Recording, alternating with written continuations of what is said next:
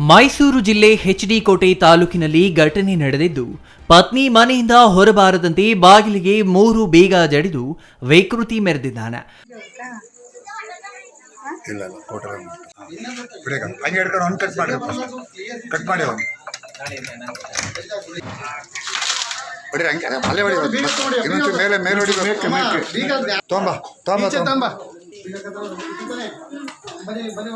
ಮನೆಯಲ್ಲಿಯೇ ನರಕ ಯಾತನೆ ಅನುಭವಿಸುತ್ತಿದ್ದ ಪತ್ನಿಯನ್ನ ಇದೀಗ ರಕ್ಷಿಸಲಾಗಿದೆ.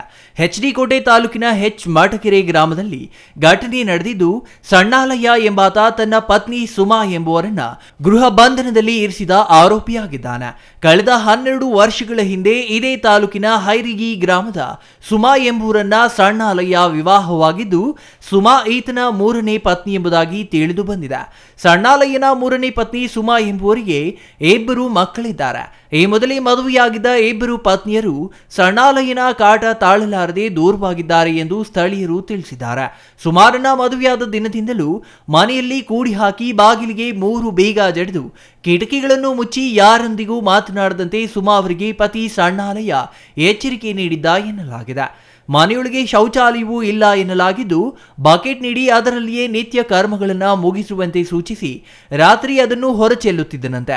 ಸುಮಾ ಅವರ ಸಂಬಂಧಿಕರಿಂದ ಆಕೆ ಗೃಹ ಬಂಧನದಲ್ಲಿರುವ ಪ್ರಕರಣ ಬೆಳಕಿಗೆ ಬಂದಿದ್ದು, ವಿಷಯ ತಿಳಿದ ವಕೀಲ ಸೇದ್ದಪ್ಪಾಜಿ ಎಂಬುವರೊಂದಿಗೆ ಸಾಂತ್ವನ ಕೇಂದ್ರದವರು ಪೊಲೀಸರು ಸೇರಿ ಸುಮಾ ಗೃಹ ಬಂಧನದಲ್ಲಿದ್ದ ಮನೆಗೆ ಭೇಟಿ ನೀಡಿದ್ದಾರೆ. ಗುರುವಾರ ರಾತ್ರಿ ಹೊರಗಿನಿಂದ ಮನೆಯ ಬಾಗಿಲು ಮುರಿದು ಮನೆಯಲ್ಲಿದ್ದ ಸುಮಾ ಮತ್ತು ಮಕ್ಕಳನ್ನ ರಕ್ಷಿಸಿದ್ದಾರೆ. ನಂತರ ಎಚ್.ಡಿ. ಕೋಟೆ ಪೊಲೀಸರು ಪ್ರಕರಣ ದಾಖಲಿಸಿಕೊಂಡು ಪತಿ ಸಣ್ಣಾಲಯ್ಯನನ್ನ ವಶಕ್ಕೆ ಪಡೆದು ವಿಚಾರಣೆ ನಡೆಸುತ್ತಿದ್ದಾರೆ. ಸುಮಾ ಗೃಹ ಬಂಧನದ ವಿಚಾರ ತಿಳಿದು ಸುಮಾ ಪೋಷಕರು ಮಾತ್ರವಲ್ಲ, ಸ್ಥಳೀಯರು ಕೂಡ ಆಘಾತಕ್ಕೆ ಒಳಗಾಗಿದ್ದಾರೆ. ಸುಮಾ ಮತ್ತು ಮಕ್ಕಳು ಈಗಲಾದರೂ ಗೃಹ ಬಂಧನದಿಂದ ಹೊರಬಂದಿರುವುದಕ್ಕೆ ನಿರಾಳರಾಗಿರುವ ಸಾರ್ವಜನಿಕರು ಪತಿ ಸಣ್ಣಾಲಯ್ಯನಿಗೆ ಹಿಡಿ ಶಾಪ ಹಾಕುತ್ತಿದ್ದಾರೆ. Kumar, CTV news, Mysuru.